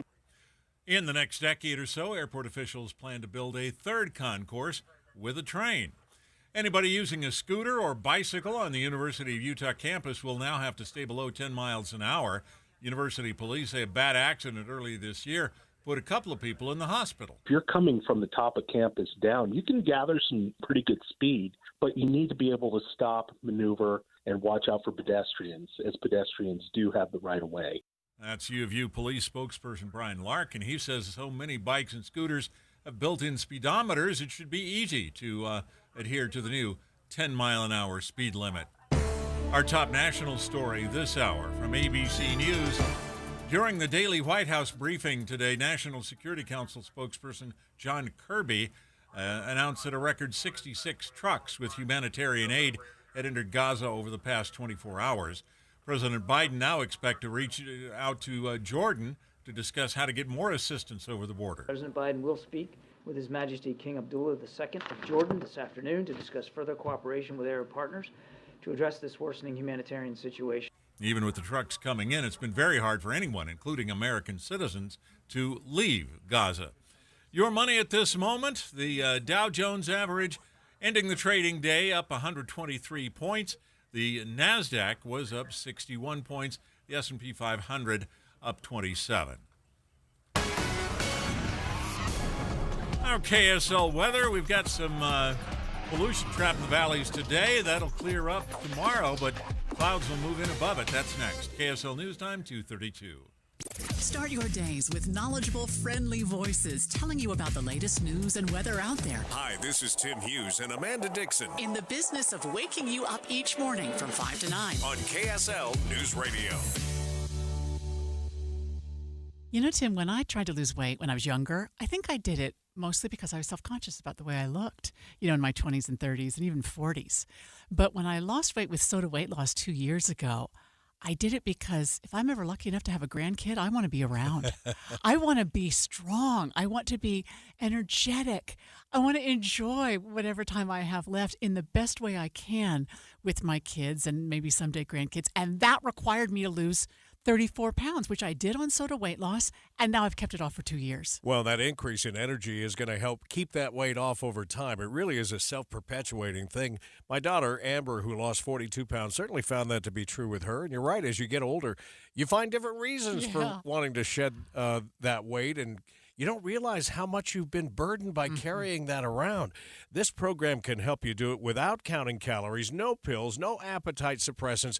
Go to SodaWeightLoss.com and spelled S-O-T-A. Think Tim and Amanda. It is state-of-the-art. What's up, everybody? I'm Mike Wilson with Any Hour Services, and if you have a drain that's clogged or backed up, after you've tried the plungers and products, the next step usually involves some kind of drain snake or cabling equipment. You see, sometimes the blockage is far enough down the line that you need special equipment that most homeowners just don't have.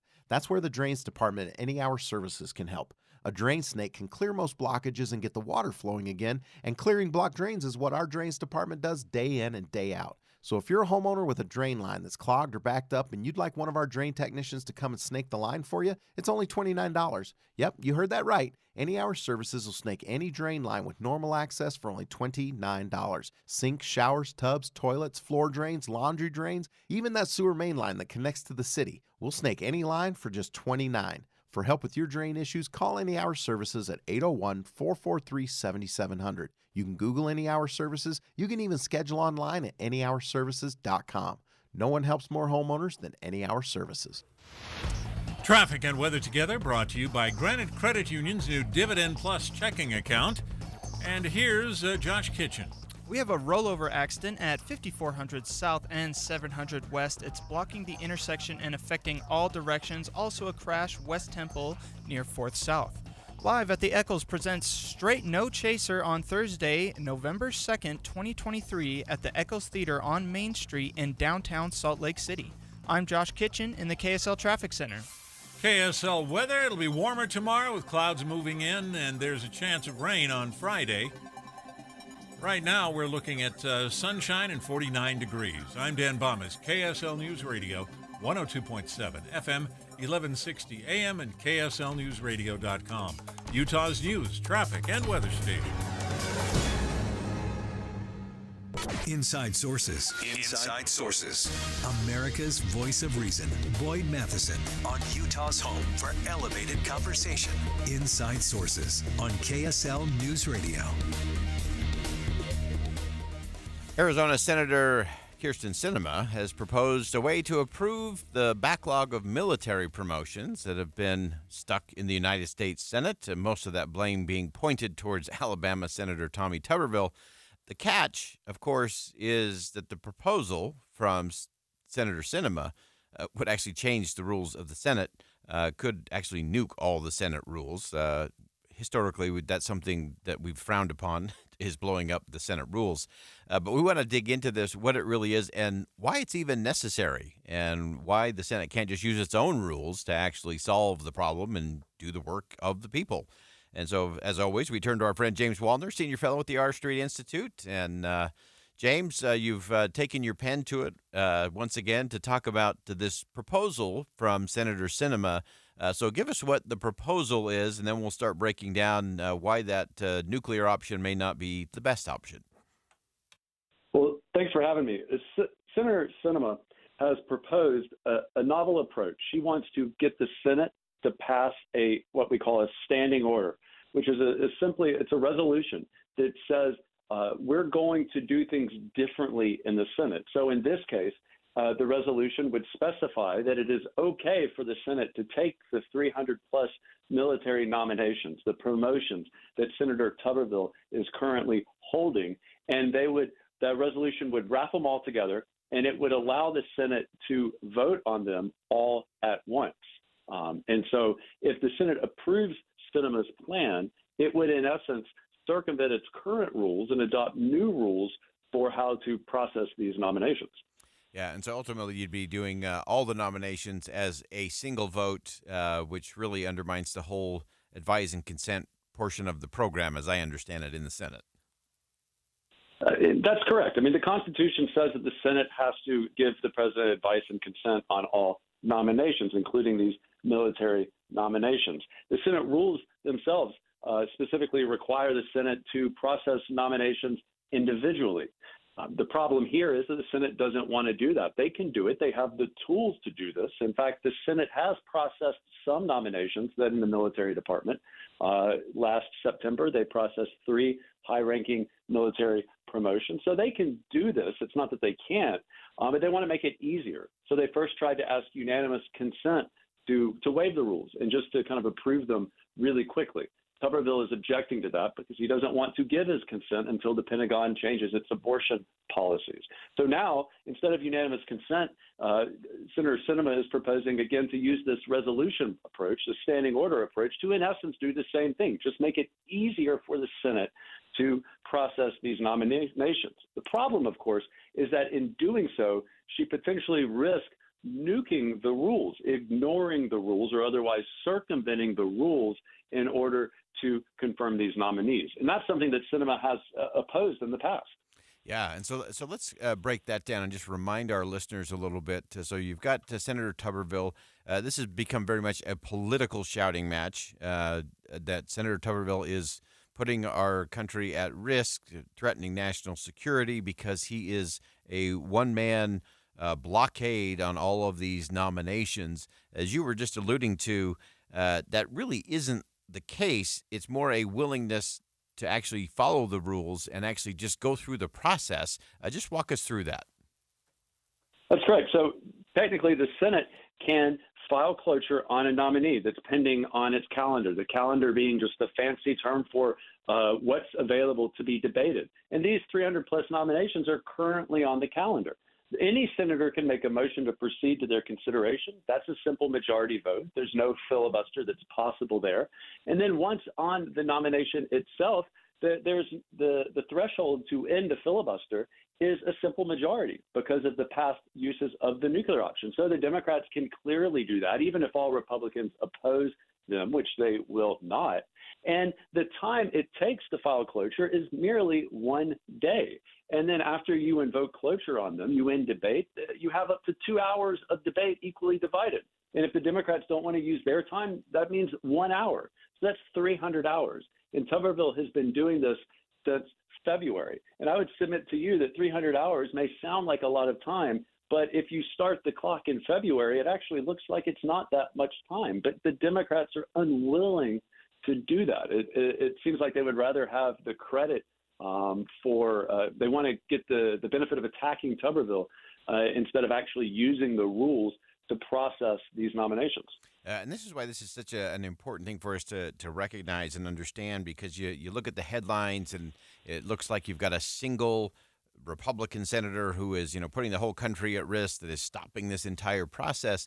But as you described it, had they started when they could start, which was February, and every hour of every day following that, the Senate could have been moving through these 300 nominees in 300 hours. I think they could have knocked that out 10 times over, just over the course of a few months. But they would rather have the political point and posturing and positioning and fundraising, I would throw that in there as a bonus, rather than actually solve the problem and do what's actually in the best interest of national security. One Senate Democrat went so far as to say that using the rules in this instance is not an option for two reasons. One, it would take too long, but it's not like the Senate has been doing a whole lot anyway, and they're not even in session the entire week, much less over the weekend, right? If it was that important, it seems like they could stick around, but it would take too long. And then the other reason I think is more instructive, they said it would set a dangerous precedent. It would set a dangerous precedent if they had to use the rules to confirm nominees, because it would encourage other senators to also object as leverage to get other things that they want. And I think on the surface that may not seem that radical, but this is a radical statement, because what it's ultimately saying is that individual senators, in representing their constituents, ought not to use the leverage at their disposal that is granted to them by the rules. They ought not to use that, because doing so is somehow dangerous. It jeopardizes an outcome that someone has already determined ought to happen, regardless of what the Senate itself does. And I would submit to you that the Senate is the place where we determine what outcomes ought to happen. But if we assume that one outcome should happen, and whatever happens in the Senate that jeopardizes that is dangerous, then we have ourselves made a dangerous leap in how we think about our politics. Yeah, and that dangerous versus just being inconvenient in terms of following the rules, I think is what the founders had in mind when they started this whole thing a few years ago. So I think it's an important part, and it's an instructive piece of the process. You have to get past the headline of all of this. You could look at the headline and say, oh, my goodness, you've got a single senator who is just jeopardizing the fate of the free world. And the reality is that there are 100 senators in that body, any of which who could call any of these nominees up.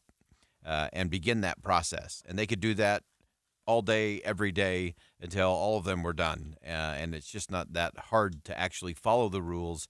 But now what we're seeing with Senator Sinema is to say, well, let's just blow up all the rules so it will be easier for us. And to me, that's part of the problem. So, James, as we look at this going forward with Senator Sinema's idea and what she is putting forward, any appetite for that? What's the sense of the Senate as it relates to that proposal?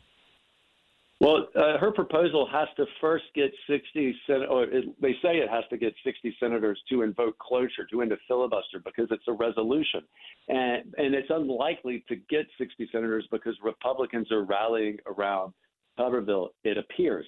However, this is the danger with Sinema's proposal, because the Senate rules are quite clear. Any measure or motion or resolution that would somehow change the Senate rules requires not 60 senators, but 67 senators, which is even higher threshold. And so if Sinema doesn't get 67 senators to end a filibuster of her resolution, that is the nuclear option. She's, in essence, ignoring the rules of the Senate to impose new rules. And I think that not only is she unlikely to get that, but also because of the position she has taken in the past on these questions of the filibuster and the nuclear option, she has been very adamant that she is opposed to the nuclear option.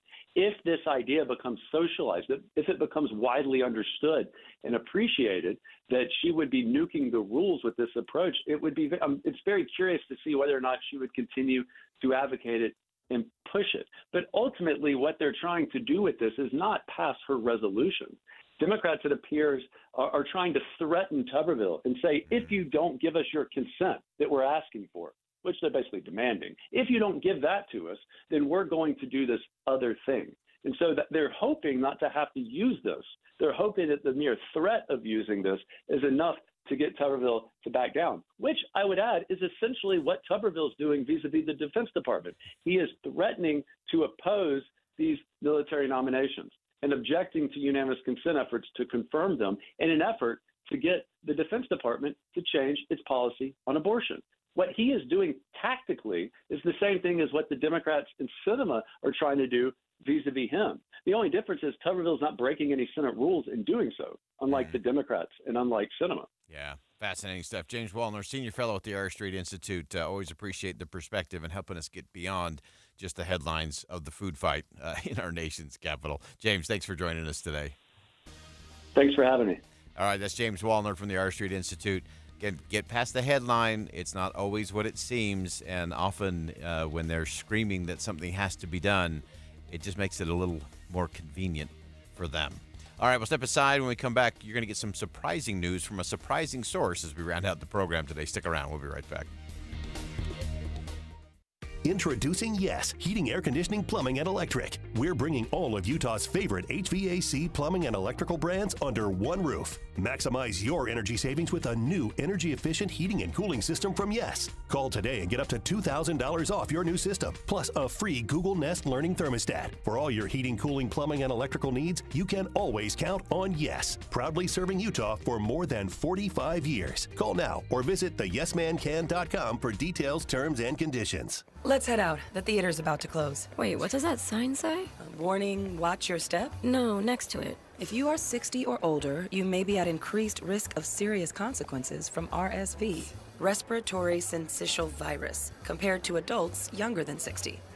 I didn't know that. Not all dangers come with warning labels. Talk to your pharmacist or doctor about getting vaccinated against RSV today. RSV vaccines, including Pfizer's, are available. Learn more at bewareofrsv.com. Brought to you by Pfizer. Hi, this is Clark Ivory with Ivory Homes. 2023 is turning out to be a great year for Ivory home buyers. Let me tell you why. The number of existing homes for sale is way down, so with fewer used homes to choose from, new home sales have soared. At Ivory Homes, we are creating all kinds of possibilities for you. A great selection of new homes ready for move-in, and fixed interest rates as low as 6.625%, saving you hundreds on your monthly payment. Check out Ivory Homes today. Thousands of stores across the country are pulling brand-name cold and allergy products off the shelves. Why? Because an FDA advisory panel recently determined that a drug they contain, oral phenylephrine, is ineffective as a nasal decongestant. Navage offers a drug-free solution that's fast and highly effective at relieving nasal congestion caused by colds and allergies. Navage uses suction to pull saline in one nostril, around the back of the nose, and out of the other nostril to help suck out allergens, mucus, and germs. Nasal irrigation works, and Navage makes it quick and easy, but more than anything, it helps you breathe better. Don't waste your time or money on products that are ineffective. Trust drug-free Navage for fast relief to help you breathe easier, sleep better, and feel healthier. Ask for Navage at Walmart, Walgreens, CVS, Rite Aid, Target, or find us online at Navage.com. Navage, Navage. Clean nose, healthy life. If you really think about it, the scariest thing you'll see this week is already in the house. Your carpets collect dirt, dust, dander, and allergens, and that's truly frightful. But don't be scared. Zerorez Carpet and Air Duct Cleaning has a scary special for your scary carpets. Schedule your carpet cleaning today, and Zerorez will clean your carpets for just $25 per room. Zerorez is the right way to clean. There's nothing scarier than the residue left behind in the carpets. And Zerorez is the original no-residue cleaner. No soap, no shampoos, no residues left behind. With Zerorez, your carpets stay cleaner longer. Schedule today, just $25 per room with code SCARY. Minimums and area restrictions may apply. The scary savings ends tonight. You don't have to clean today, but you do have to get on the schedule. Carpet cleaning for just $25 per room. Only with Zerorez Carpet and Air Duct Cleaning. Offer ends tonight. Schedule online at Zerorez.com. And don't forget to enter code SCARY. Zerorez. It's the right way to clean. Utah's business landscape is evolving, and the key to success is staying ahead of the curve. Get ready for an extraordinary event that promises to take your business to new heights. Join everyone at Utah Business Forward, November 16th, for the premier conference exclusively designed for executives hungry for practical insights and actionable strategies to propel their business forward. Featuring more than 30 of Utah's foremost business influencers, this event covers a diverse range of topics. Notable guest speakers include Gail Miller and Brandon Fugel. Attendees can expect to gain a wealth of valuable insights and knowledge. The conference is designed with you in mind, addressing the very challenges that executives like you face daily. With 5 distinct tracks covering entrepreneurship, international business, marketing, people and culture, and strategy. You'll gain invaluable knowledge across a range of crucial areas. Reserve your seat today at forward.utahbusiness.com. With the 3 things you need to know this hour, I'm Dan Bonas. First, Salt Lake City's airport taking another big step with more construction to bring the gates closer. Second, scooters will have a speed limit on the U of U campus from now on. And third, a few more aid trucks coming into Gaza, but it's still hard for U.S. citizens or anybody else to get out. Right now, sunny 49 degrees in Salt Lake City.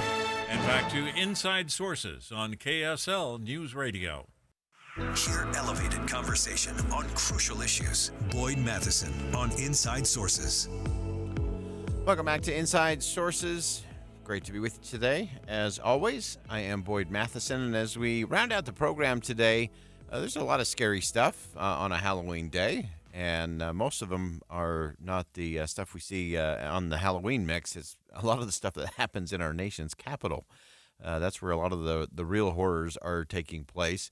And so we want to look at an interesting source, not one of our usual inside sources here on KSL News Radio, but a source who I think connected the dots on something that we should be afraid of. It's not the deep state that we often hear about in terms of conspiracy theories, but it's a different source. Comedian and late-night show host Bill Maher laid out what he thinks is the real scary component inside of the government that could be impacting all of us in a negative way. Take a listen. It's the vast network of regulators, administrators, inspectors, contract reviewers, project managers, fee assessors, special commissioners, zoning officers, and consultants whose jobs seem to be to make sure nothing ever happens and then charge you for it. The people who answer the phone, permit office, how may I hinder you? 15% of workers in America work for the government. That's 24 million people with one shared vision, to fine you if your mailbox is too big. So that's comedian Bill Maher laying out the real problem. It's this army of regulators who are often in the way of things happening and getting done, positive things. Now, government has a role, make no mistake about that. But so often we have these regulators who are not elected, who are not accountable, who, because Congress is abdicating its duty and saying, well, we'll pass this law because it sounds nice, and then we'll give all the authority to decide what the rules are, what the penalties are, and to carry out the penalties to the agencies, these regulators. So Bill Maher gave an example of how this is reality. He gave an example of a public restroom being built in the city of San Francisco. The project was halted because of costs. So the city tried to build a public toilet last year, but then gave up when the cost hit $1.7 million. Not $1.7 million for a public toilet system, $1.7 million for one toilet. So then a private company took pity on San Francisco and offered to build them their toilet for free. But after, quote, project management, construction management, architecture and engineering fees, permits, civic design review, surveys, contract preparation, and cost estimation, the free toilet was still going to cost almost $1 million. You know, if you tack on fees like that, you're not a city, you're an airline. Okay, so again, that's Bill Maher giving a very humorous but very accurate description of a lot of what happens when regulators run amok. And you end up with so many fees, so many processes, so much legalese that has to be navigated that even a free toilet, a private company offering to build a free city public restroom in San Francisco, gave up because it was going to cost them $1 million. That's part of the problem. So let's go back to our new inside source, Bill Maher. Never thought I'd be saying that on air. Bill Maher's our inside source today. He gave another example of a transmission line that would connect a wind farm in Wyoming with consumers who want that energy and electricity in Nevada, and the permitting process that ultimately held it up. Last year, Wyoming began construction on the largest wind farm in North America that will power 2 million homes in Arizona, Nevada, and California. And to think, it only took 18 years. Not to build it, to approve it. 18 backlogged, knuckle-dragging, pencil-pushing, thumb-twaddling years to finally get to yes. Sometimes you do have to laugh. It keeps you from crying. But think about that. So we want clean energy. We want green energy. We want renewables. And so a wind farm in Wyoming seems like a good thing. And if the good people in Nevada and Arizona, New Mexico want to tap into that, that's a good thing. But it took 18 years to get it approved, not to get it done or completed, to just go through all the permitting process, all the red tape, all the backlog, all the legalese. 18 years to approve it. You can't have innovation. You can't move forward on a lot of things that are very noble and good causes, including a wind farm in Wyoming, giving power to the people of Nevada. But if it takes 18 years just to get it approved, you can't expect that to be a good model or to make anything work. Now let's wrap up with our new inside source, Bill Maher. I know you didn't expect me to be saying that today, but he is our new inside source because he's getting this right. He summed up the segment with a really stark analysis that estimates what could be accomplished if and only if the miles and miles of red tape that we have in this country were cut, and even things like simple building projects were actually allowed to move forward. Semaphore estimates that if the red tape could be cut on everything that's currently stuck in the renewable queue, the United States would be 80% zero carbon in 7 years. The enemy to clean air isn't just big oil, it's big permitting. It's not that America isn't able to get anything done, it's that we're not allowed to. That's a very stunning and a very stirring reminder from Bill Maher that it's not really just about big oil, it's big permitting. It's big regulatory regimes that often keep us stuck, that don't allow us to move forward on the things that we agree need to be done for the country. And whether that's for the air or the environment or the economy